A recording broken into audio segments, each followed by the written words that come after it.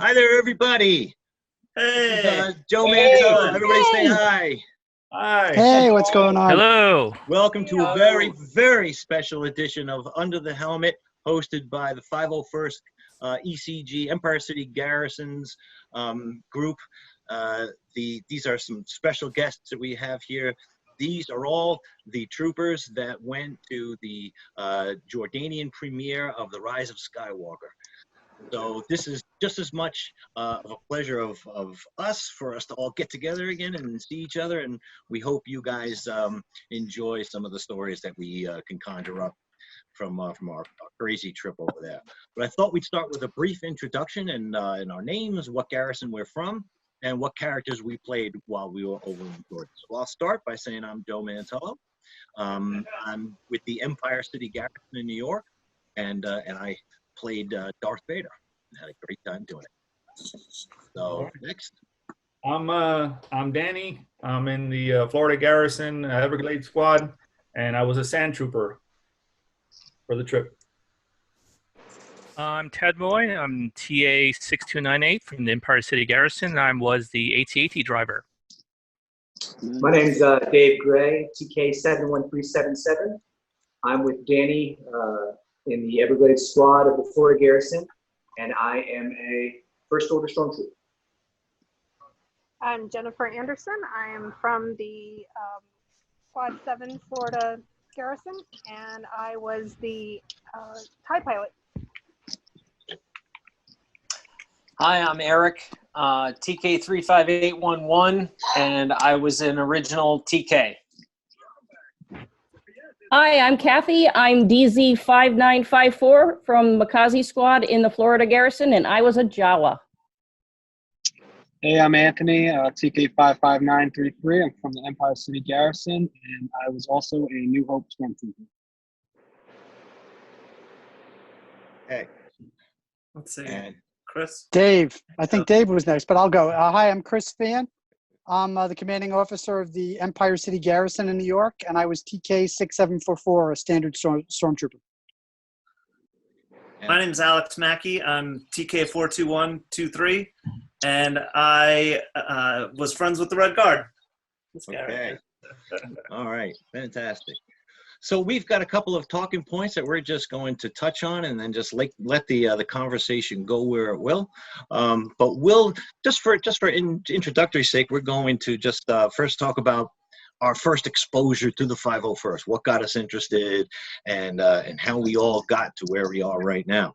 So I'll quickly start that. I, not really being a sci-fi convention guy, really didn't know about the 501st until I was on eBay looking for a stormtrooper statue, and when I was looking at it, and it said, I was wondering if this would be kind of cool to be able to wear also at Halloween parties, and it said that the stormtrooper armor was also approvable by the 501st. And I said, oh, what's this 501st thing?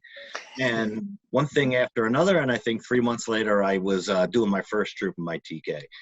So that's my story. So who's next? All right. Well, I was actually at a Comic-Con, because at the time my wife worked for an art college, and we had a booth at Comic-Cons giving info for the college. And we're sitting there, and all of a sudden I see all these guys walk in, basically all these Star Wars characters, and they look like they just stepped out of the movie set, and I was blown away. So as soon as they did their thing, I realized they had a booth there, and I went over and talked to the guys, and they told me how you could buy a set of armor, and you had to build it, or have it built. But I love the building it part of it is what kind of locked me in. And soon after that, I was looking for a kit, and found one and built it, and that was it. And I love, for me, the Stormtrooper was what it was all about. So that was my introduction. All right. Okay. So for me, it's back in 2008 when I kind of reached out and looking on the internet, it's like, what is this all about? How the 501st? How do you join it? Then I managed to get in touch with Frank. He was a former commanding officer of the 501st, the ECG. And he explained to me pretty much how it worked and what was required and what was needed.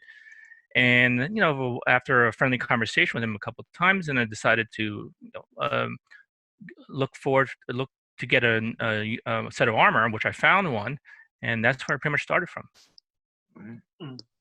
I was in Star Wars Celebration Orlando, and I've been a Star Wars fan since I was a super like young kid. It was like my first love, and still is. That convention opened my eyes to just the many ways that you could be a fan of this thing. It wasn't just the movies, it wasn't just books, it was everything. From people who were painting droids on their fingernails to like all these flash mobs, all this stuff. And leaving that convention with some other friends, I was like, I'm not taking advantage of what I could be doing. I'm a little older, I have kids, I have expendable income, I have free time to do this good. And so me and a buddy of mine sort of just got the wheels moving. And within, a few months, I was getting into a suit, and then, as Danny said, started building later, and then here we are in Jordan. Here we are. I was introduced to it back in 2000 something very small. And it was a friend that I'd gone to high school with.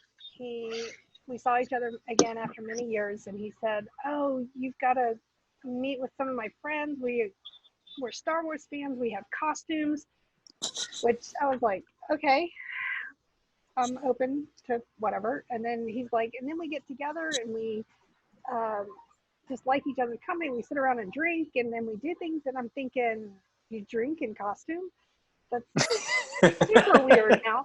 Didn't think anything more about it for another 10 years or 5 years. And then we're in Tennessee, and we ran into some people with the same logo that my friend showed me for the 501st. And I'm like, hey, I've seen that before. My husband's like, oh my gosh, these are the people who have costumes and they do things. And I'm like, oh, the weird drinking people again. And so we still are. So my husband said, let's go meet them. And sure enough, we wound up meeting up again with them on a different troop. And they said, come handle for us. And so I'm like, I'll take pictures, because I was a photographer. And I'm like, yeah, okay, I'll do something. From that moment on, as soon as I still get goosebumps thinking about this kid and the troop that we did. And from that moment, I'm like, I don't care what character I am, make me part of this. And he says, you're not even a Star Wars fan. I don't care. I don't care. I'm suddenly the best Star Wars fan That's ever. the spirit. And cool. next thing you know, I had a costume. My kid was in the Galactic Academy before either one of us was approved for our own costumes. I became the first public relations for the Galactic Academy, and I'm suddenly into it, and I'm like, I can't be turned off. I am on and can't be off. It's amazing how you get the bug, eh? It is. Eric, what's Really your is. story? Well, mine goes back a long way. I mean, I knew about Alvin Johnson and the whole 501st, like when it was first formed, but I was in the Navy at the time, and I never had time to do anything, and then I just always kept the contact on it and kept watching what you guys were doing, and then I was at a Comic-Con a few years ago at the Javits Center in New York City, and I saw a bunch of guys, and I was like, oh my God, this is what I want to do. I want to be one of those guys. And but unfortunately, I was really overweight at the time. So I ended up having weight loss surgery about a year and a half ago, and lost 130 pounds. And then as one of my goals to be in the 101st or the 501st was to make a costume. I was like sitting in my bed the day of my surgery, and I was like, okay, I need to make a goal. If this is what I'm going to do, I need to do something amazing. And to me, making a stormtrooper armor was amazing. So Fantastic. that's what I did. And now I get to sit here with all of you guys. I mean, it's just amazing how this all happened. So I'm so stoked to be here. I loved all of you guys. One of the best stories. Thanks. That's fantastic. Kathy, how about you? So, everybody knows Disney World, right? Never heard of it. Heard of it. Never heard of it. Well, once know what upon that a is. time, they used to have this thing called Star Wars weekends. Yep. And for 6-ish weeks, they would throw on one heck of a party where fans in the 501st could march down, basically Hollywood Boulevard in formation, and the kids had just left for the Navy at that point, and we were like, we could do this. We totally could do this. And sure enough, within a year, there was a new Jawa and a new clone trooper. That's great. That's Wow. what got us into it. That's cool. Fantastic. So awesome. So Mr. my, Dave. oh, sorry. What's I'm that? good. Oh, Dave's written already. I'm sorry. Chris. No, it's Alex and then me. All All right. right, So Alex. my foray into the 501st also kind of started at Star Wars Celebration. I went to the one in Anaheim a number of years ago, and ironically, I went to go get a picture of it was a painting signed of Indiana Jones by the artist who was going to be at a Star Wars convention. And I knew he was going to be there, so I was like, oh, I'll just get tickets to the Star Wars thing, and I'll go. And I've always been a Star Wars fan, but maybe not quite to the extent of going to an all Star Wars. Dressing up and drinking in costume. Yeah. So I went and I ran into the Anovos or Anavos or however you say it booth there, and they were just coming out with this new Stormtrooper costume, and I'd always wanted a Stormtrooper costume. And but it was always like, oh, you have to get parts from here and do this and build it, and I was just like, that is way outside of my skill set. And so then when it was like, hey, you could just get it from this company and you just buy the whole thing and they send it to you and you put it on, I'm like, I'm in. So I bought one. I actually I bought two. I bought a finished one, then I was like, I don't buy a kit. Maybe I'll put it together someday. And so then it was in April, and I was like, oh, for sure to be here by October, and it wasn't. And so then it was like, okay, for sure to be here by next October for Halloween. And my kids had Star Wars costumes, and I was going to go as a Stormtrooper, and it didn't come. And I was like, dang it. So I was like, well, what can I do that can get me a good Star Wars costume? Because by this time I was kind of hooked, and I'd heard about the 501st also at the same at the Star Wars Celebration. And so then I found the Royal Guard, which has always been my favorite costume anyways. And I was like, I could get this Royal Guard costume. It's not terribly expensive to get into it. And I'll use it for Halloween. And then maybe I'll see if I can modify it and get into the 501st.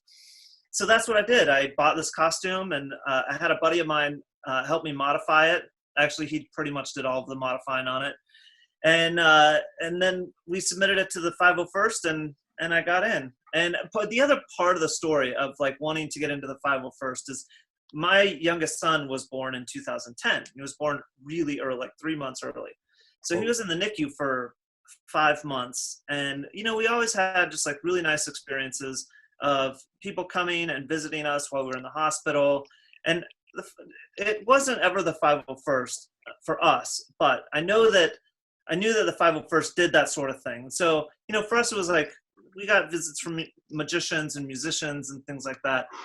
And so after, we'd kind of gone through that whole experience, I wanted to be able to give back and do something. They all kind of came together with the Anovos and the Red Guard and the hospital stay. And I was just like, I'm going to join the 501st. I'm going to give back, and I'm going to go, visit hospitals as well.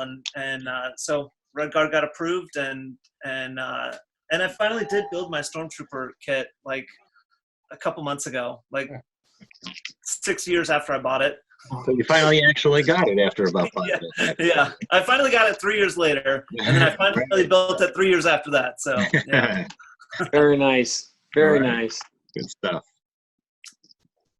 Maybe we should jump to Ant, if you don't mind, Chris, because Oh, no, go ahead. he's got the Do weakest Anthony. connection. So we got him now. So let's go. Hey guys. Good. So the way it started for me, I was 16 and I looked up a day in the life of a stormtrooper. I don't know if you guys ever saw that video on YouTube. It's by Ace Cosplay.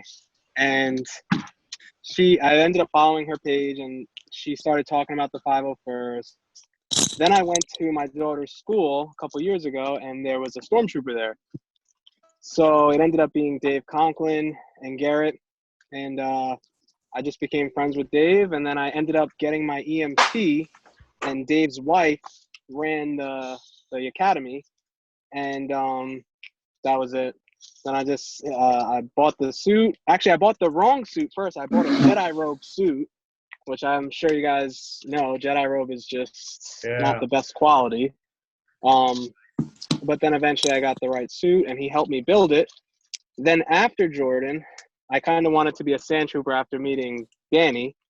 So I converted that one to a Sandy. Yeah, it was. Nice. Yeah. And then I bought a new kit, and now that one's pretty much finished. All So right. that's it. Cool. That's cool. All right. I'm going to eventually convert mine to a Sandy just because of Danny. Nice. Me too. It is the coolest one. It I is, mean, right? I gotta tell you, Dan. It is. Really is. I love it. All right. Chris? Okay, well, I first, found out about the 501st going to different sci-fi conventions at different points. I was always been a sci-fi fan, but I first ran into them about 16, 17 years ago. And at that time, I didn't really, I didn't have the time because I had twin girls that were only 3 or 4 years old at the time. There was no way I was going to have time to build it and go to conventions every weekend and go to charity events and everything. So it wasn't until they were about 6 or 7, around 2007, that I actually got a kit after doing a lot of research, managed to put it together over the course of a year, and got into the 501st, and I've been doing it ever since for the past 12 years. And just to make one point about that Anavos kit, I ordered a first order Anavos kit 4 years ago. It still hasn't come. Oh, It's terrible. Same here. oh my God. Yeah. Anavos is There's a cast member horrendous. down in Disney wearing it right now. Oh, Yeah. that's terrible. For Again, $6,000 each. Yes. as part of this Under the Helmet series, we did a special episode with me and my XO, Jonathan Diaz, where we're going over some tips about the 501st. And one of the tips was do your research, on the detachments. And if you look on those detachments, they'll tell you don't even go to those kind of makers. Look internally and find people who are reputable. Yeah. Yeah, if Okay, I could Joe. go back, I would do it differently, and I would I would go with something else. It's too thin, anyways. Yeah. Right. What's up next, Joe? Well, how about other costumes that people that you guys might be putting together, or that you wear besides the ones you wore in Jordan? Me personally, I'm Stormtrooper through and through. Sand Trooper, Stormtrooper. I've actually got 2 other kits. One is almost done, and one is in the works. And I'm gonna make another Sand Trooper, and then the other one's just gonna be an original trilogy. And I'm always trying to go as accurate as possible. That's kind of what I like about it. And I love doing research and looking at screen grabs and trying to kind of nail that look. So that's what it is for me. But let's see what else you guys got going on. That's cool.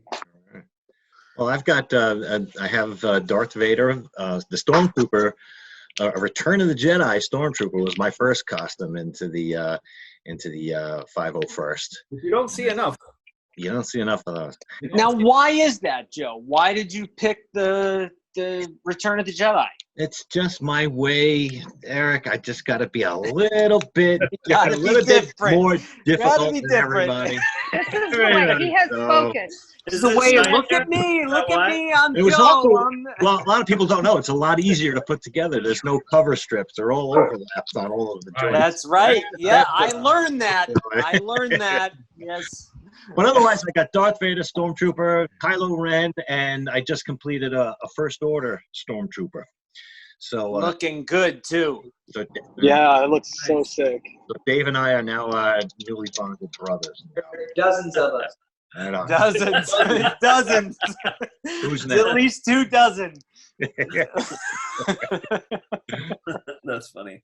Who's I next? have I've just got my Red Guard, and I have Stormtrooper finished, but I don't have it approved yet. So I just need to put it on and wear it to the mailbox and take some pictures. All right. All right. I have the first Cathy, word. what have you got now that? Oh, Go ahead, Jen. You can go. sorry. Jen? Okay, no, you did. You go, Dave. You were next.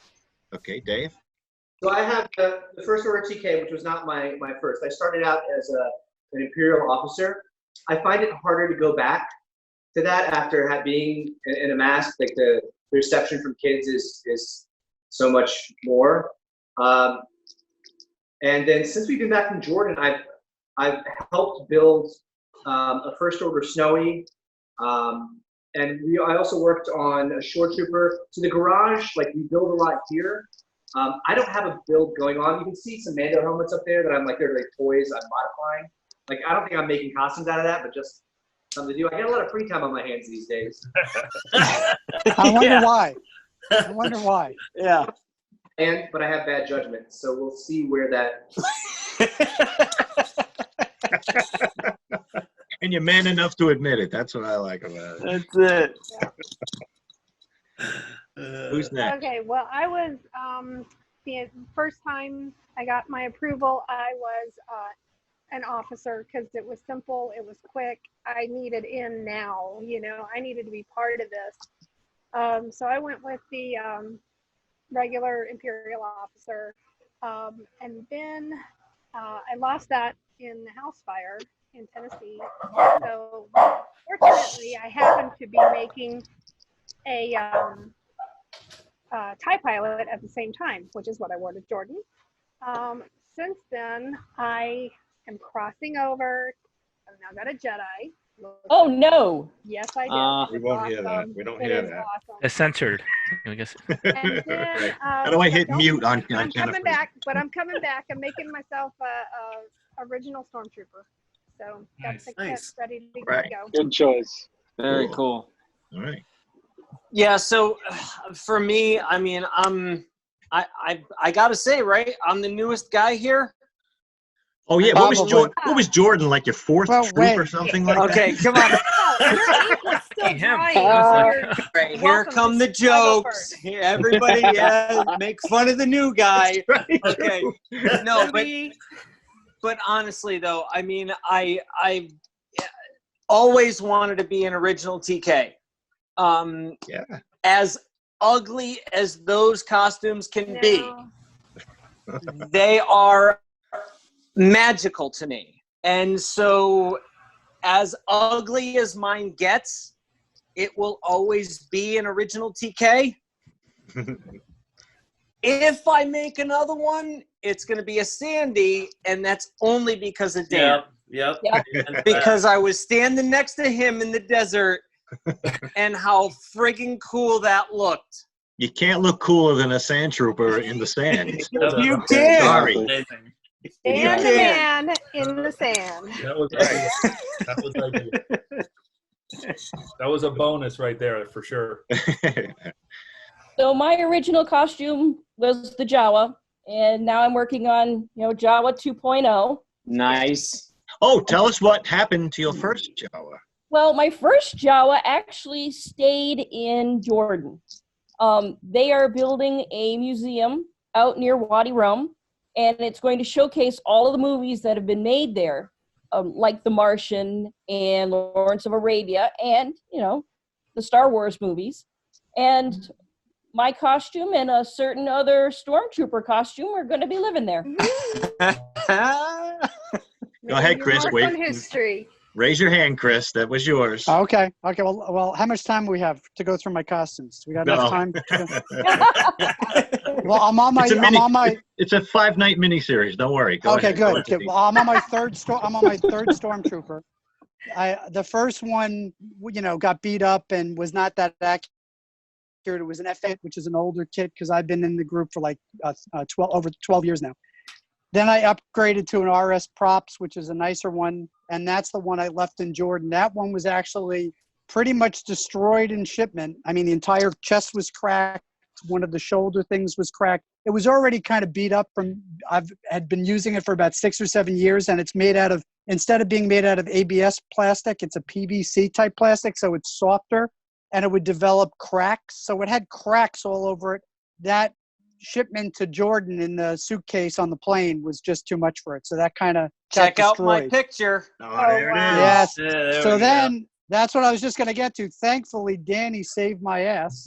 Had a bunch of glue and Or at least you're repair back. kit with him, and we managed to get it repaired to a point that I could at least wear it for the 3 troops we had the following day. And then at the end, and we'll get to this later when we talk about some of our personal experiences. I was really just so overcome with the generosity, the kindness, the spirit of the folks Yeah. there that and when they were telling me about the museum and stuff, I probably felt the same way Cathy did. And I said, you know what? I already have a 95% completed Stormtrooper at home. Why the hell do I even want to bring this home? This isn't going to even be useful for spare parts because it's a different plastic. It's a different color. It's already half broken. Half of it's destroyed. I'm just going to leave it. And I left it, and they were really moved. They were really touched by it, me leaving it there. I had reached out to some of the folks we had dealt with there, and they claim they're putting it on a mannequin and they're going to put it in this thing. So we'll see what happens. Well, let's not say it was. I mean, you're painting a picture of this suit. I mean, this is a beautiful suit. Oh that yeah. Yeah. It had, Even you know, so. Let me preface that with destroyed. saying yes, it's a cast from original suit. It's a very accurate suit on a mannequin from 3 or 4 feet away. It Right. looks absolutely perfect. In the shots we took in Jordan, Yeah. it looks actually absolutely perfect. But us being 501st people and being perfectionists, a big crack across the chest that's reinforced It's in the more back with accurate. Velcro. Right, It's more accurate, Right. Chris. But It's it more just- accurate. for the amount of troops I do, which is like 50 a year, it wasn't going to hold up for 50 Right. troops a year and continue going. So I do have an AP kit now. That's a lot. I'm sorry, not AP. It's actually an Anavos, but it's like from a third-party seller. That's much thicker plastic that'll hold up better. My FX kit lasted me about 7 years. The RS props one only lasted me about 3 or 4 years, and it was already cracked to crap. Now, besides that, I also have an Emperor that I did, which I'll save that for a story for another time. But because I broke my foot and I needed a costume for Comic-Con, I did the Emperor because I could limp and use a cane and actually use it at Comic-Con. Garrison. Perfect. I know. That's so good. I know. That's funny. I've also done a TIE fighter pilot. I've done a TIE reserve. I also have my first order TK, and I have a gunner and a biker scout that I use very, very often. Whenever I go to walks that don't have changing areas, I just come suited up and get out of the car and go to the troop. So it makes it really convenient. And also I do go both ways and occasionally have some Rebel Legion activity. I do have an X-Wing and a Return of the Jedi Luke that I do use when the situation calls for it. All right. Who we have left? Ted, I think, right? Yes, so I got 5 costumes. I have my Darth Vader Return of the Jedi version. Wow. I also have the AT driver, the ATST driver, the scanning crew, and also TK.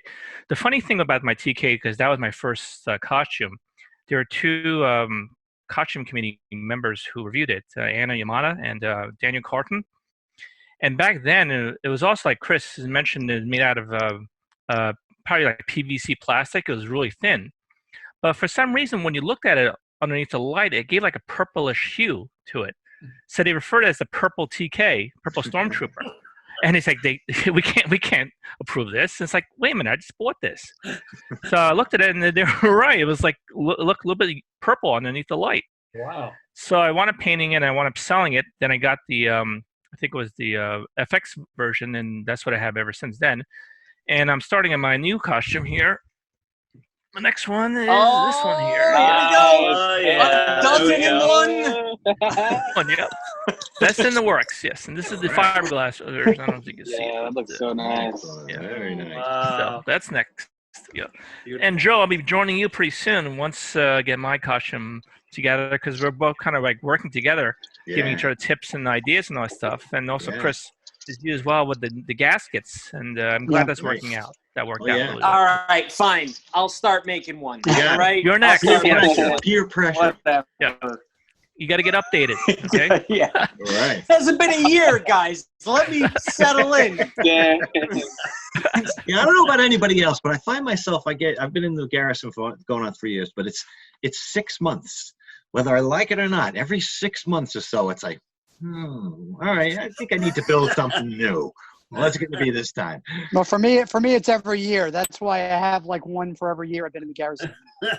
Nice. Every year around Christmas, I start thinking, what could I get now? What could I do?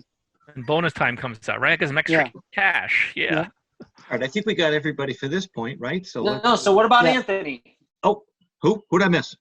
I just had he the- talked already. Yeah, the Sandy that I built and the new one. Yeah. That's it. Oh, okay. I'm sorry about that. All right, so let's move on. Dave. Yeah, we did me. We're good. Yeah. No, I thought you were going to say the next question, though. We were gonna roll into the next question.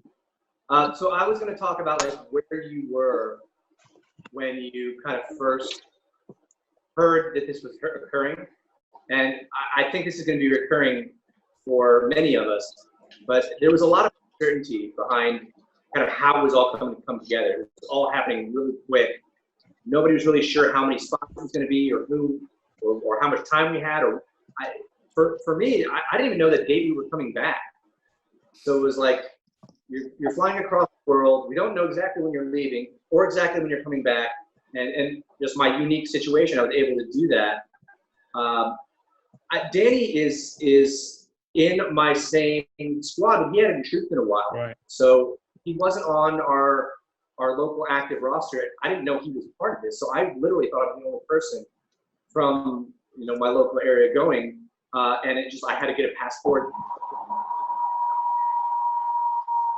Once I knew for sure, I was elated and kind of nervous. I didn't really know what to expect.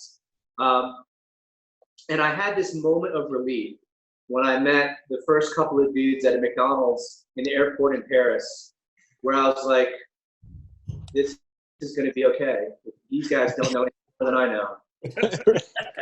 And none of us spoke French, so it was, we were on the same boat too. So Was that Jennifer and Cathy that you met? Because it was us that you met in Starbucks for the 9 hours we had to sit there.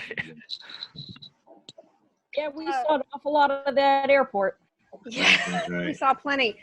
I actually, I kind of have shame about seeing my name because I never actually saw my name. I have to back up to when I applied for it. My husband kept pushing me.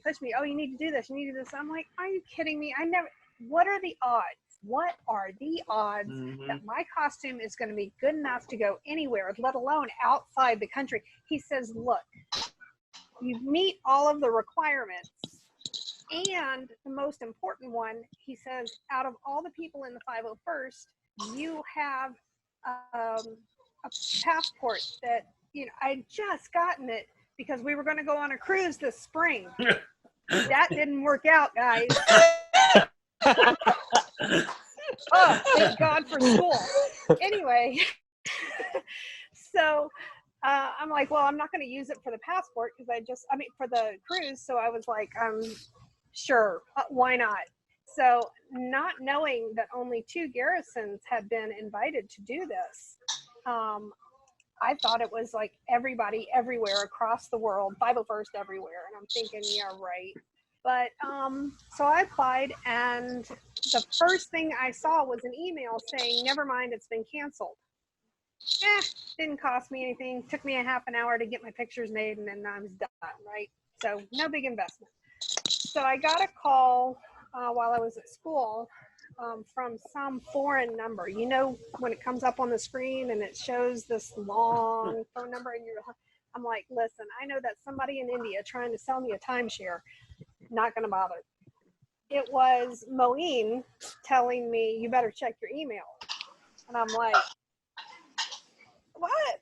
So I checked it, and I started screaming, running down the hallway. I'm like, they're going to come after me with butterfly nets. But I was so excited, and I was able to share it with the people that have been watching me make my costumes. So that was really cool for them to experience my initial reaction. So awesome. Yeah, I remember when me and Eric first found out that our names were on the list, and we called each other just because we could not believe it. I called Eric, and I was like, is this real life? Is this really happening? At least you guys knew each other. Yeah. Us Right, well- Florida people, Yeah, we didn't know true. each other. I think that Oh, was the and- one. I and- think that was the one saying that repeated itself over the 5 days. Is this really happening? Are we really here? You know? Yes, are we really here? All right. Yeah, I mean, I just told luckily I knew Anthony. I didn't know Joe. I didn't know Chris. I didn't know Ted. I didn't know anybody I was traveling with, but I knew Anthony because he was actually at my first troop before I even had a kit. Like, I went out, I was like so excited to get a kit together. I hadn't even bought it yet. And I was like, let me go see what this is about. And I went to this Comic-Con in Highland, and there's Anthony in his kit, and he showed me how it goes. And this was just a small little thing at some community library. And I was just like, yes, I'm getting a kit. And then 4 months later, him and I are flying to Jordan. Unbelievable. I mean, are you kidding me? Well, Unbelievable. I have a slightly similar experience as far as like I had moved to Florida about 3 years prior, and I was active when I first joined in Southern California, and then I moved here and I went to I think maybe a couple troops, and then I didn't do anything for 2 years, and I was on like the endangered species list, and so then I was just like, it was a couple months before the Jordan thing. I was like, you know what, I really don't want to get kicked out of the 501st. I really need to kind of jump back in, and so I think I did like 2 or 3 troops. Like 3 months, maybe 2 or 3 months before the Jordan troop happened. And I did the 2 or 3 troops, and then the LA one came up for the premiere of The Rise of Skywalker in LA, where they were sending two from each state. And I was like, oh, this will work out perfectly. I need to go out to back to LA anyways. And so I submitted for that one. And I was actually bummed when I didn't get that one. I was like, oh, dang it, that sucks. And then for the Jordan one, by that point, I was just like, well, you know, I mean, chances of like, if I'm not going to go to LA, the chances of going to Jordan are like slim to none. Mhm. So I almost didn't even submit. And then it was like, I don't know, a day or two before the deadline, my son was just kind of milling about. I'm like, hey, will you take some pictures for me real quick? I threw on my costume, wrote out a sign, and with the name, and we took some pictures, and then I just sent it off, not thinking much about it. And then when I found out, it was just like, what? Couldn't believe it. I love that everybody had to take new pictures Yeah. because my pictures were the ones that I took for approval. That I Inside sent your garage, into- yeah. Behind some garbage cans, you know.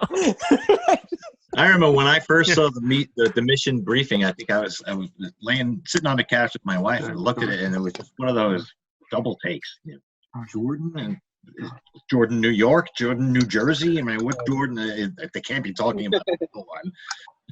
So I said, yeah, why not throw it in? I got a feeling it's probably not going to happen anyway.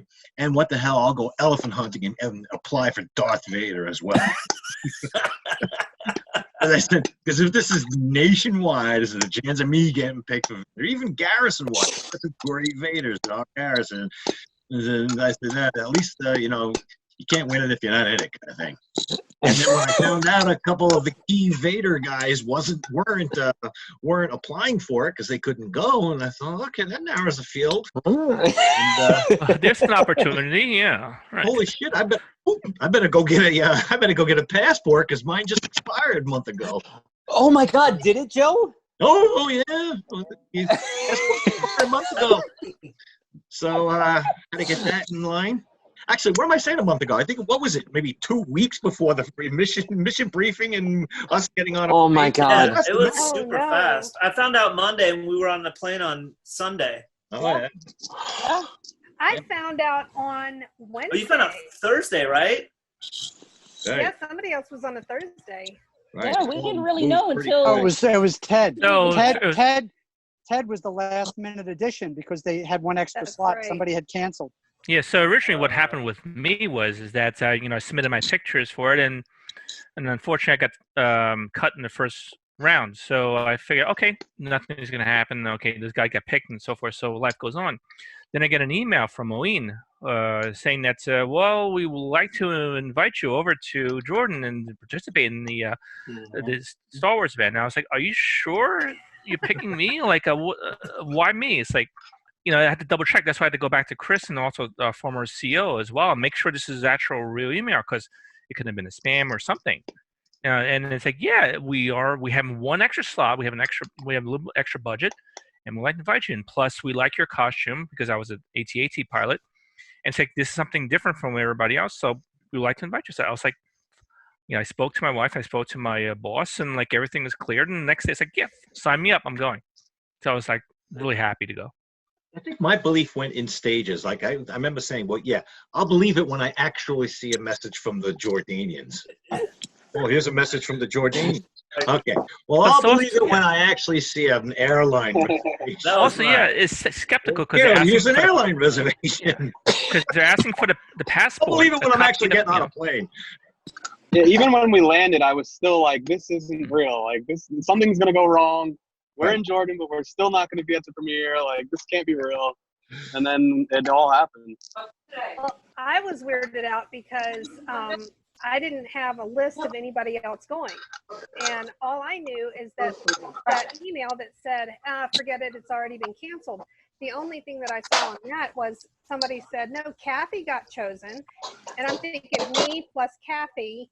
And I'm thinking, I'm a female going unaccompanied to a foreign country. And oh my God, what this doesn't bode well. And all I can think of is, seriously, I've heard of these stories before.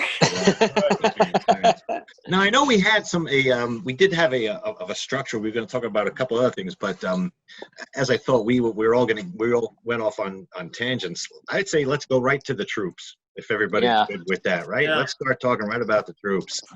Definitely. So, yeah. So, well, yeah, as everybody probably may or may not, we had a dry run day, which I always call it. The Jordanians were very kind enough to bring us around to all the different sites that we were going to be trooping at, which I think were 4 different sites. We went to the movie theater too. Well, the third. Oh wait, Joe. Joe, I gotta rewind you a little bit. Yeah, please do. You skipped me. Oh, beg your pardon. No, and it's important because it has to do with your airport troop. You're completely forgetting the airport troop. Oh, the airport troop. Oh, yeah, that's right. Well, let me go back and just say that when I found out, which I also thought what everybody else thought, that this was a scam and it was somebody trying to get my credit card number. When it finally sunk in and it was real, I went back and forth and I thought I had screwed myself. Because of work, I work for a charity, and our biggest fundraiser for the end of the year, is called the Sugar Plum Ball at the Chateaubriand. It's this big gala that we hold. It was the Sunday we were leaving, and I kept telling the guy Moeen, I can leave anytime after 8 o'clock or 7 o'clock on Sunday or Monday, and then he sends me a ticket for 3 o'clock on Sunday, and I said, listen, Moeen, I explained to you like 7 times. It has to be later, and I'm sorry if it can't be later. Then I guess I can't go. I have this obligation. It's our biggest fundraiser. I cannot miss this. So I just said, "Oh Jesus, I just blew it." That close, Chris. Right. That he close. sent me back an email and said, "There is one flight, but you'll have to fly alone. Would that be okay?" And I said, that's fine. That's fine. Whatever you got to do, but I have to meet this obligation. So I thought I had thrown it away. And then I got the updated ticket. So that was the one troop that I couldn't accompany you guys on. But Joe, go ahead and talk about landing and then immediately having to suit up after what was it, 17-hour flight and layover. Yeah. 22 hour. 23 hours. Danny, I think it was. 23 hour. Go ahead, Joe. No, wait, yeah, real quick, just so I can throw my little bit in here about that whole experience. Oh, go ahead, Danny. Just real quick, I got the email about this whole event, but I read it and I kind of talked to my wife about it, and I was like, yeah, I'm not even going to bother with this, just because you know, the traveling and the whole thing. And then plus I thought it was, you know, like probably a lot of you thought the chances of me getting picked were going to be so slim that it wasn't even worth it. And it was because my wife and both my wife and my daughter really pushed me to do it. It was kind of like I submitted the photos. I literally waited till the last second to do it. And like I submitted it at the end of, you know, like 11:30, you know, right before midnight the last day. But then I got an email, you know, from Moeen saying, you know, welcome and all this stuff. And even then I was a little unsure. And then I also got a phone call, but on my phone it showed that it was from Jordan, which I was like, oh man, this must be legit. Yeah. So I talked to the guy, you know, Moeen, he seemed very nice. And so we made but when I asked him who else was going, was there going to be anybody else leaving from, because I was flying out of Miami, and he said no. And it turns out once I was on the plane, because of course I had no idea, you know, who was going or how many people or anything. I think it was Alex and Jennifer were on the same flight to Paris. Yeah. But when we got off at the airport, I lost them. So I was wandering around the airport by myself until I got a text message, and then we met up with everybody. But one of the things Moeen had mentioned when I spoke to him on the phone was the troop at the airport. And I explained to him, I said, listen, I go, I am open for whatever, but just understand, so you can work that out with whatever you have planned, that, you know, for the guys that are going as stormtroopers, I mean, it takes a little bit of time for us to get in our suits. And we also have to make sure that they didn't get destroyed on the flight. And then he was like, well, you know, he goes, we understand. He goes, we just, if it's possible, we'd like to do it. And so then you can take it from there. But yeah. The troop in the airport. So like when I talked to all you guys while we're traveling, we all were like, you can't do this after flying for that long. Right. It's just, Yeah, it was impossible. Exactly. We're like, Yeah. no. Mm-mm. Right. They probably won't want us to do it after all anyway. Right. And just to put it into a time frame perspective, we left, and I think it's probably close to the same for everybody, but we left Sunday afternoon at about 3 o'clock. We got into Jordan Monday night at 9 p.m. Right. So, you know, I mean, yes, granted, there was a time shift, but that's how long we were traveling. And, you know, so. But I don't know about you guys, but the minute we landed and we got our stuff, I'm like, there is no way. And as soon as we got our suits on, I had energy. I could have gone another 3 days. Yeah. All day long, I could have went. All day long. Right. All day. Music started. When that music started, it was game on. It The took music. my breath Oh, away. yeah. I was boom. walking behind Joe, and I'm like, I'm walking behind Darth Vader. And the Star Wars music is playing, Which and was right. I'm in Amman, Jordan. What the hell is happening? I just got goosebumps. I didn't know about the music. And we were let in with blasters. We passed customs.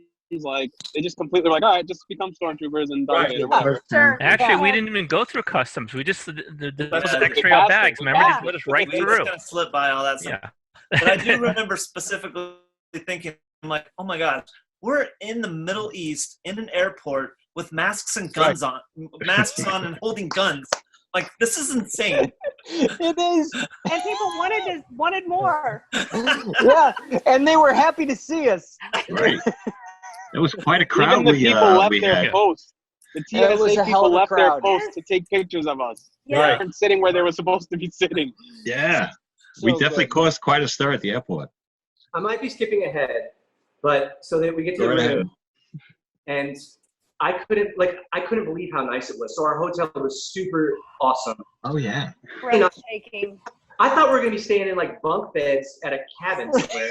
Let's think I'm in a hostel or something like that. All sharing Or one to a room. That's room. what I thought. There was a personalized letter and a cake baked in every room, lightsaber on it.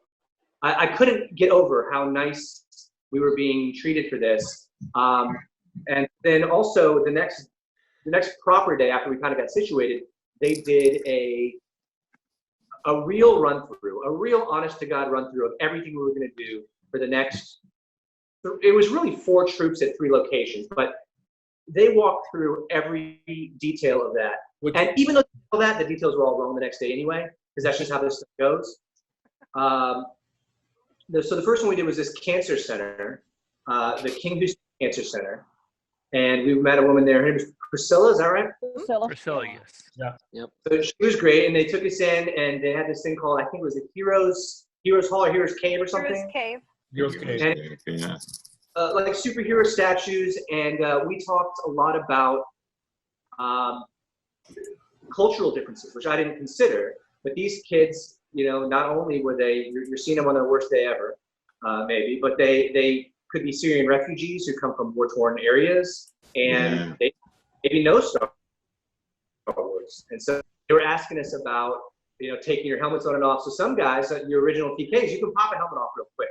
For me, I don't have the range of motion. I know Joe can't just pop it off. So we had to talk about those things. We went dry run. That was kind of eye-opening for me. You guys have any thoughts on the center? Well, I was one of the ones that actually took their helmets off during that troop. And that was one of, I've been in contact with Priscilla since then. And she mentions it all the time. She's like, you know, it meant a lot to, I guess, the people at the hospital, you know, to help the kids feel comfortable. And my instinct, and I've never been in a hospital visit before. That was my first hospital visit as a 501st member, which is amazing anyway in itself. But then I got to, I was like, oh, well, this kid is scared of me. So let me take him off my bucket and, you know, show him that I'm a real person. And, you know, and that for some reason, I don't know why, but looking back on it, yeah, I know why, but it was just amazing to me. And there's a couple of pictures of me that I have that are precious to me, that, you know, with my bucket off and this little kid, and it's so amazing. The best picture. For me, there was actually a little girl who came up to me, and I gave her one of my cards. This is in the Heroes Cave as well. And she looked at my card, and, you know, I have also my picture of myself without my bucket on. And she said, "Is this you?" So I said, you know, I just lifted off my bucket and let her see right inside my face, and, you know, she gave me a smile from that. So that gave her a little bit of reassuring that, you know, that we're here for them. So that was really brought a smile to their face. So cool. So cool. Yeah, and we do them a lot on the island. We have, like, I'd say 6 a year or so between Stony Brook and Cohen's Medical Center. That one was another level because the kids had, like, never seen anything like that before. They were just like going crazy. I mean, we were giving out the trading cards, and it was like a fever pitch of them, like, grabbing the cards and showing it to each other. And, oh my God, look at these cards. It was just so wonderful to see how much it was appreciated and how excited and how grateful they were for us to be there. It was just a wonderful, wonderful experience. And probably, I think we spoke about this too, Joe, a little bit on our talks too, about just the number of kids. Usually we go to a hospital visit, we might visit, you know, a dozen kids. There must have been about 100, 150 kids between the different floors that we went to and their families. Yeah. So it was just like a madhouse. It was a madhouse. I was really, and we were, and we were just mobbed. Go ahead. I was really blown away by the fact that the parents of these kids were really, you know, into it and you know, wanting us to kind of be part of that, because, you know, you don't know what to expect. You know, if the parents, you know, the hospital put that together, but maybe the parents weren't okay with it. I don't know, but it was just it was heartwarming, I guess. You know, not to mention, I mean, the children was the experience of that. That was one of the most emotional troops that I got, for sure. Yeah. Right. The two things I remember is one what Dave had said, that, you know, the harsh reality that some of the children were Syrian refugees, and the other was that some of them don't know Star Wars, so they were actually playing the Star Wars movies on the monitors in the hospital the day before we got there, so the kids at least knew, oh, okay. And that gave them even more of a thrill for the next day. They actually showed up in person for them, I think. Yeah. So the next, that's more good stuff. After the hospital was it the City Mall? Was that next? City Mall. Yeah. City Mall. Yeah, City Mall. Yep. Yeah. I try to completely understand to this day why the movie premiere was at a different mall than they wanted to show off. So they had this big mall where we went and we got ready in like an abandoned Chili's or something. And then they had a, basically Troop. I remember feeling like a real big badass. Joe turned around as Vader and he just started doing this, like lining us up. And I was like, yes, my lord, let's do this. And Right. And the stage, you know, we cannot start, you know, TKs can't get on that stage, so the stage won't be there. Right. Here's the stage. And they lifted us right up onto it. They got us up there. Oh, this is happening. Yeah, and I'm a big boy, so I was nervous when they said you're going up on that stage. I'm like, oh, and they did. They lifted me up on that stage. It's a good thing they couldn't see our faces. Right. Now I gotta say, guys, like that troop, right? Like the hospital was great, and the being on the red carpet was great, but I don't know what it was about that troop, but it was standing in the middle of that mall for me and looking up, and not when they were playing the Imperial March, but when they switched the music and they played the theme song to Star Wars, I was like a crying little baby. Behind, it's a good thing I had my bucket on, because I'm standing next to these people. I'm standing next to Darth Vader. I'm listening to the music, and it's everything I've ever wanted, ever. Yeah. And I was like an emotional mess. It was so amazing. And this is a man that was a soldier on a Navy vessel for 4 years. It took this. I worked on an aircraft carrier on the flight deck. Okay, so this is the pinnacle. Right. And I remember you saying that too. You know, I even and I'll say since then, just in my car, if the main title comes on now, I remember your story talking about that, and now it gets me too. It's like I can't. It's an emotional mess. I can't even. I don't know. I'm so happy to be a part of this group. Right. You guys are amazing. Right. So our next troop was the actual mall that they had the theater at, and mall, right? Right, and the drive from that first mall to the second mall was one of the more traumatic periods of my life, because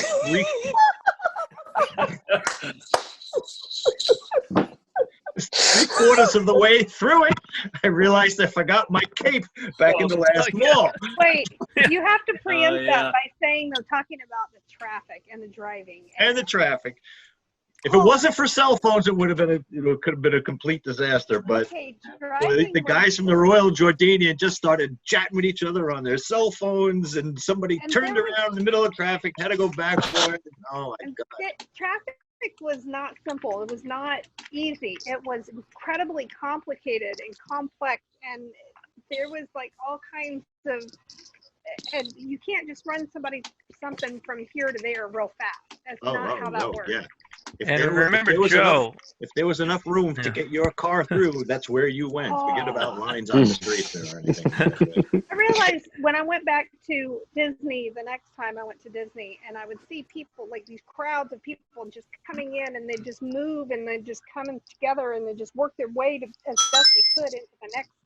And I realized, oh my God, this is like driving, and only they have cars doing this instead of just human people's bodies. Right. So Joe, remember, like when you left your cape there, Vader without a cape is like Superman without his cape. Couldn't happen. It wasn't going to work, so you had to get it, and he got it just in time. Right. It was miraculously it worked. They made it happen. And that's the way they treated us. We were waiting there, suited up. Everyone was done. Me and Eric were standing there with Chris taking pictures. And Vader was just pacing back and forth like, crap, I can't believe I forgot my thing. And then next thing you know, it comes flying in. Someone comes running in with the cape like, I got it. Right. Well, their whole crew was amazing. Yeah, they were. So these gray hairs right over here, actually, those are dedicated. Those are the ones that grew that afternoon. So good. I mean, from the drivers got us everywhere. We all survived, although I wasn't sure. every once in a while. Yes, and, Oh my god. They even drove us around on his birthday. yes, every day. On their Every own day was his birthday. It was Today is always his his birthday. Today is his birthday. Right. I think we all had the same Yeah. kind of attitude when there was some downtime. I remember our two drivers, they were great guys. Yeah. They were like, "Well, where do you want to go?" And we got some downtime. And I think we all said, We took us everywhere we wanna- wanted to go except we, Tuscaloosa. right. I remember we say we want to go where's the Right. best place? And they took us to their hometown hookah bar, and we just got some priceless pictures of us sitting around on the hookahs and eating the desserts that they brought to the table. I still wish I could have. I should have went with you. I don't know why I said I was just too wasn't tired gonna go. myself. I couldn't make it. I was Well, like, Sleep. I was I should have just gone. I was exhausted and I had to fix my outfit, and luckily Danny and Eric stayed behind. And we That's kept each other right. company at the bar for a couple hours. Okay, so That's right. what's your Shoulder was biggest broken. regret then of the trip? I would say mine is not getting the headband at the gift shop. Yeah. Biggest regret. I Mine still was being regret sick. this. That was Oh, yeah. horrible. It took some Yeah. peer pressure for me to get on. When I saw Dave, Danny, and Eric with theirs on, I said, "Okay." And Ed too. I said, "Oh, yeah." Wait, hold on. Here's a picture of Anthony sick. Hold on. Oh god. There he is. I remember coughing on the plane ride home and thinking to myself, I'm probably getting Joe Mantello sick. That picture right there. That picture right there is he's asleep in Oh that. god, that was terrible. He's asleep in that bucket Oh, Yeah. in the back of that car. He had to put the So bucket on good. because we were blasting the music. The volume wouldn't go up any further in the truck. They were bad. And then the flat tire, Joe. Oh yeah. Oh right. my god, there were Oh. 2 flat tires. We had to stop 3 Flat tires. times. Oh my gosh. Oh, man. So good. I was Oh my sleeping God. for that though, so I don't even remember that. I just remember waking up and Danny. being like, oh, I got another flat tire. I think my biggest regret was sleeping too much. Like I could have been doing other things instead of sleeping, and I could have slept when I got home. Right. That's what I was saying. I'll sleep when I'm dead. That's it. Let's go. Right, to the yeah. football. Yep. I gotta say, I don't know. I kind of feel like I mean, I thoroughly enjoyed my whole time there. I don't know that I regret not having done anything. I mean, I think I did everything that I was able to do, and I mean, I don't know. For me, I don't know that I could have squeezed anything else in there other than perhaps having gone out when you guys went out. But Yeah. to be honest, I mean, it gave me an opportunity to use all the stuff that I brought to help Chris out with his suit. Oh, And I'm eternally grateful because I would not have been able to troop in the suit the way it was. I was 'Cause happy. I was just glad I was there to take a picture of it. It's like watching you guys fix it. I was like, yeah, this is great. But you know what? Maybe taking more pictures, like on some of the off time. You know, Yeah. some stuff that I saw that I wish I could have gotten photos of. I would say, if anything, maybe that. Yeah. Yeah. Yeah, they took us on a tour too, and we were able to see like the Roman Empire's cathedral. What's it called? Like the stadium, the Right. Colosseum. Coliseum, yeah. Remember that? Yeah, that was cool. that was on the back patio of the film commission building. Right? Yes. Yeah. Yeah, we had a Looking after tour of that. all that stuff. Yeah, it was very cool. It's funny in those pictures at the shopping mall, you know, when we were marching there, they pretty much like guards right on the left and right of us, just, you know, keeping the crowd away. And we were like almost like celebrities in some ways. It's like, Yeah. it was like, Yeah. wow. I mean, it's like surrounded by them. And it They was were really our nice. drivers. They were crowd control. They were Yeah, our they were bodyguards, They everything. were our Yeah. runners. Whatever we needed. Do you want coffee? I'll go get you coffee. And I'm like, Yeah. Actually reminds me of the story of our first troop at the airport. When we had marched out, if you recall, when we all had first marched out into the crowd, and then we, you know, hit the, you know, end of the march, and then it was, okay, well, what do we do now? And us just being in our normal thing, what do? You go work the crowd. So we turn around. So I turned around, a couple of guys followed us, and we went right into the crowd. We were shaking hands, and we were high-fiving, and I heard the security guards blew a gasket. Yeah. No, don't do that. Don't do that. Yeah. Which I'm sure, you know, I'm sure they have their reasons, but everybody was, I'm sure we'll all agree, everybody was so friendly to us. Everybody was great. They were. I think also, Joe, Everybody was at, happy at, to the, see us. at the airport, I think Jennifer and I were at the changing room, and they actually offered us tea. It was like really, yeah. Oh, yeah, that's really right. awesome Yeah. tea there. It's like, where else are you going to have like teas? Someone serve you in the airport, and it was really sweet tea. Yeah. But it was like boiling hot. I just couldn't take it. So Right. I put it down, and unfortunately, after we did a trip, we went around, and then we wound up changing another area. But it's just like, I will never forget that. The flavor of that. It's like really Yeah. nice. Mhm. The hospitality in the Yeah. airport. So that- Wadi, Now- Wadi Rum. Wadi Rum. Let's think about Wadi that. Rum. What are our thoughts Okay, well, about let me wild day? start. Let me start off by saying again, I got there late, so you guys were already at the hotel, and then Moeen and one of his assistants had to come back and get me, alone and take me there to the hotel. I get to the hotel. I think a couple of you were down there in the lobby, still hanging around, and Yeah. I think that's when I met really, we're talking to Moeen when he was just quickly going over what we were going to do the next day. And he said, we're going to do the walkthrough, then we're going to do the troops, and then we're going to Wadi Rum. And we really want you to bring your costumes because we want to take a photo shoot. And I don't know, were you around, Eric, or was Joe around? I was standing right there, okay, Chris, I- and we're all getting our saw the look. Okay, I I was almost- new, and I didn't know, but I knew the look on your face was like, this is not happening. I was just I don't like, know. I literally almost cried, and I actually hugged the guy. I'm not a hugger. I hugged the guy and said, Marina, I can't believe, oh my God. And I'm like, come here, you big guy. And I hugged him. I'm not a hugger. I was like, I'm also half asleep. I haven't slept in 26 hours. But I was like, what?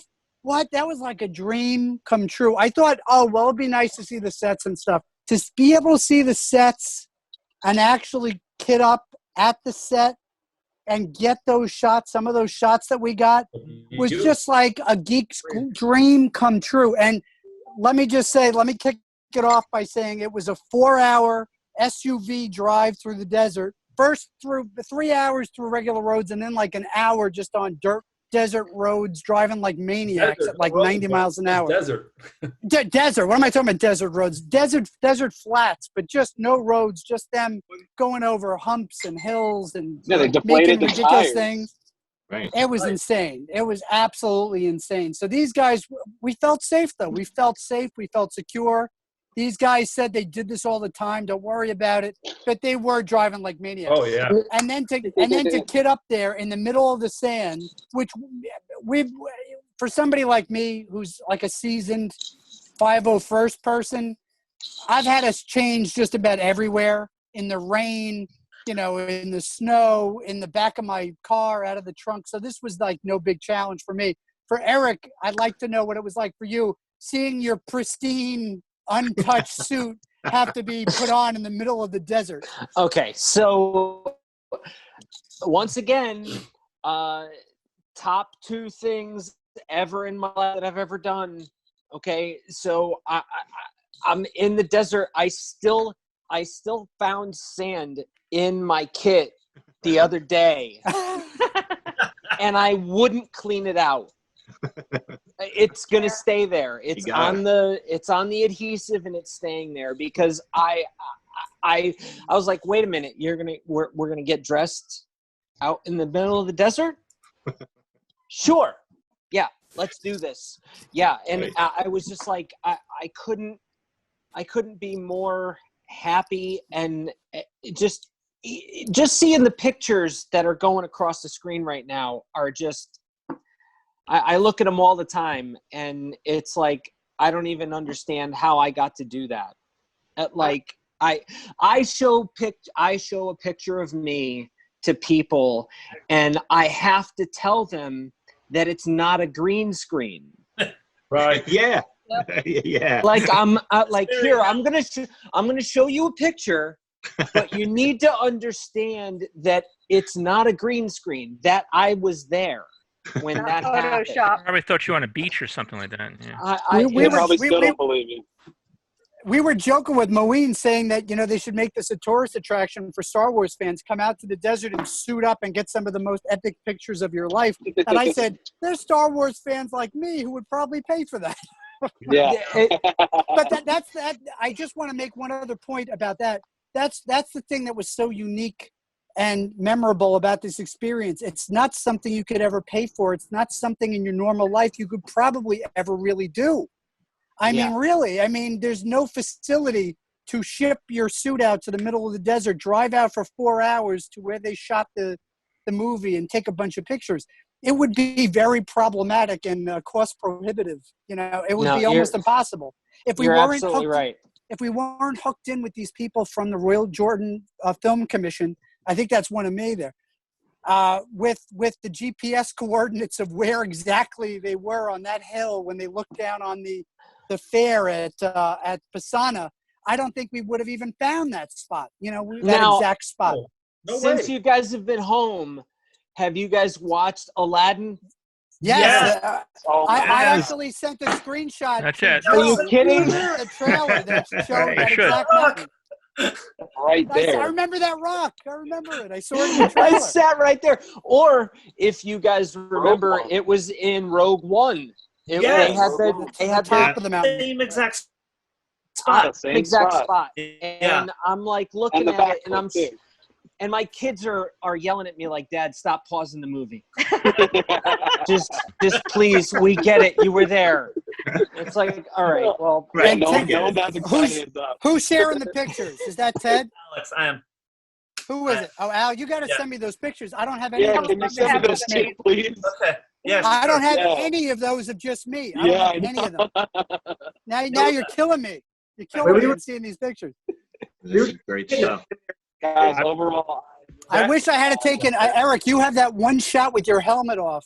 Oh, that's like that epic shot you showed in your interview of like you just looking far away and like with the helmet. I wish in the I had hand. one of those.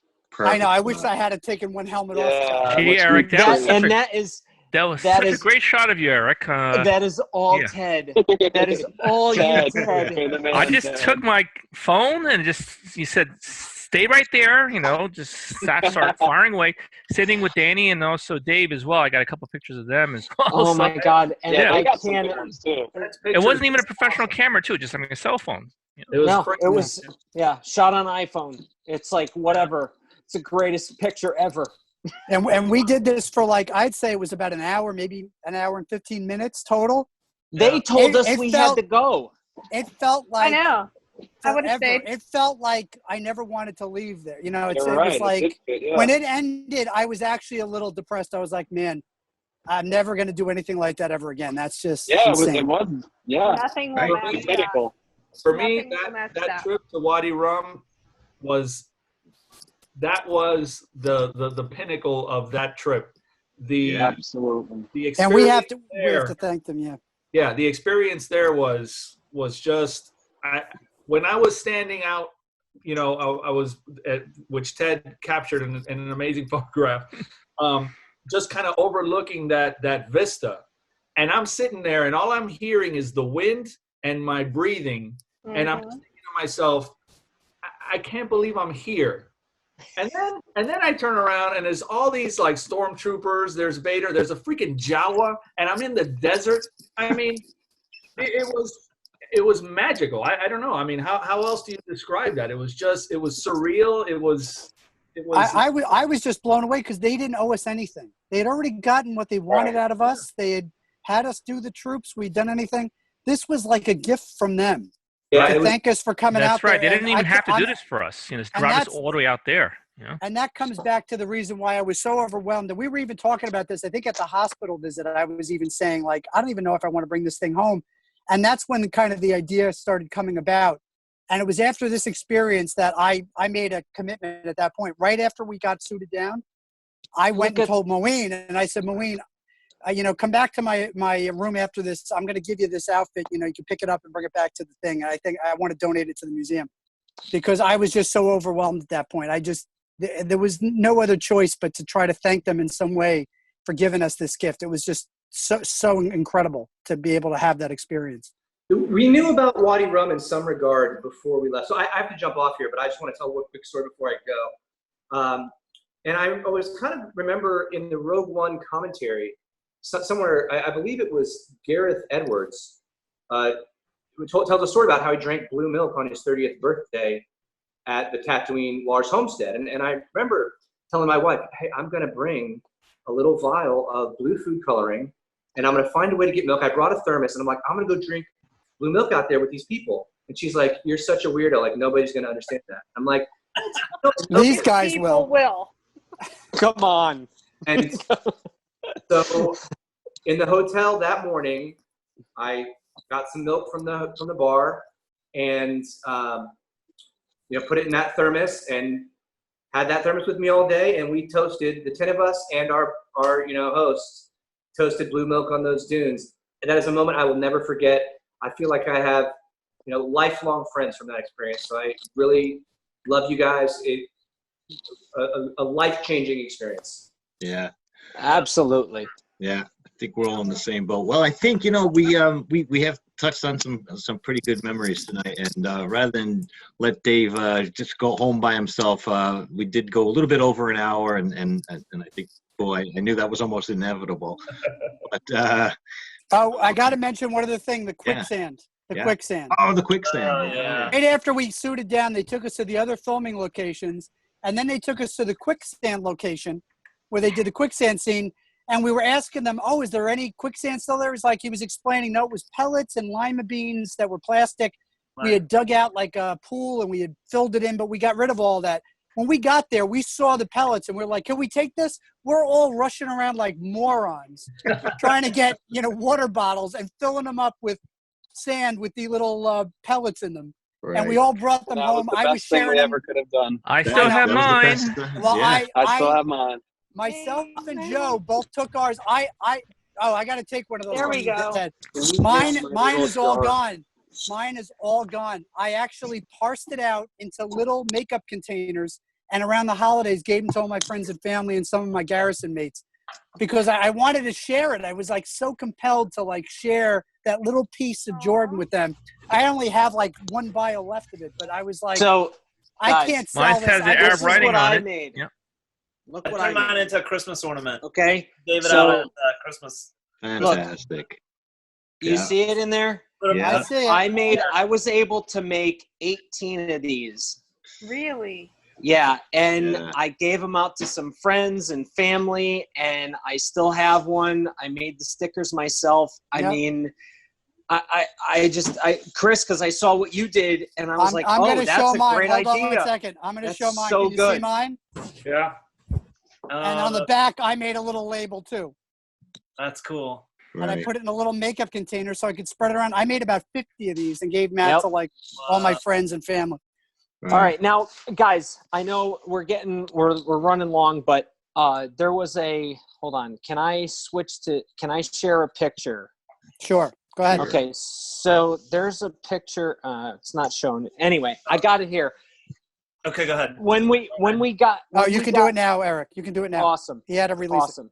Cool. So when I got back, my sister-in-law's husband has a laser engraver, and I don't know if you guys seen it, or I know I shared it with some people, but it was a Christmas gift. Christmas Eve, we're at my in-laws' house, and I'm one of the parents. I'm one of the old people. I'm sitting off to the side. The kids are having all their gifts and stuff, and my brother-in-law gives me this package, and out of it, I pull out a laser etched picture right there. Oh, Okay. wow. Oh, that's so. Whoa. All right, so That's this is laser etched into just a piece of, I think, wood or MDF. I mean, I have it literally right here, and it hangs on my wall, and